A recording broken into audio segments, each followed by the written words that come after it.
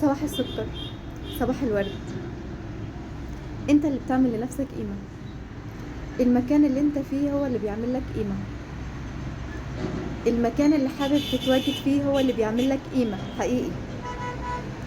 زي ما بنشوف كده على الفيس او بنشوف الناس اللي بتتكلم بيقولك يعني ازازة المية في الكشاك بتتباع ب2 جنيه، ازازة المية في الكافيتريات بتتباع ب5 جنيه، ازازة المية في المولات بتتباع ب25 جنيه، ازازة المية في المناطق السياحية ممكن توصل ل50 جنيه.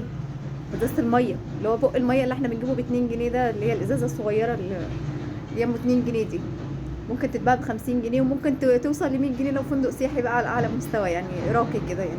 حلو، يبقى لك ازازة المية كده ب100 جنيه. هي ازازة المية ما اختلفتش، ده اللي احنا بنشوفه وده اللي احنا بنسمعه وده ده المنطق. بس مين اللي اختلف؟ المكان.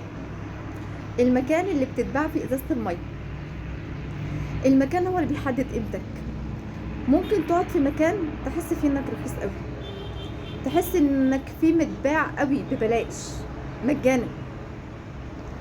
ممكن تقعد في مكان تحس فيه انك غالي قوي، حد غالي وحد راقي وحد عالي كده واللي حواليك محسسين انك ليك قيمتك وليك وزنك وليك مكانتك في قلوبهم، مكانتك جواهم. وممكن تقعد في مكان تاني تحس انت مش مرغوب فيه اصلا. فانت ليه تعمل في نفسك كده؟ ليه تعمل في نفسك كده؟ خليك غالي. ولما تحس انك في مكان بترخص فيه سيبه وامشي. دور على المكان اللي تغلى فيه، دور على المكان اللي تحس ان قيمتك فيه عالية. هتفرق معاك كتير قوي، هتحس فعلا ان انت ليك قيمة، وهتحب نفسك